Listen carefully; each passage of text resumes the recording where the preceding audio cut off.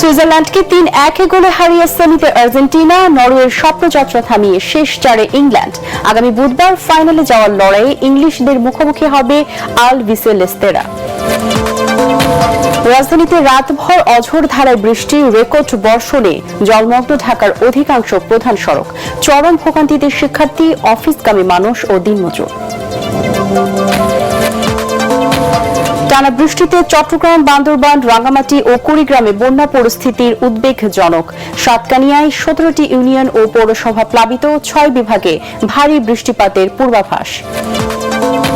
সাবেক speaker barrister জমির উদ্দিন সরকারের জানাজা বিকেলে সংসদের দক্ষিণ প্লাজায়। প্রধানমন্ত্রী, স্পিকার, ডেপুটি স্পিকারের শোক। কাল সারা দেশে শোক পালনের ঘোষণা বিএনপির।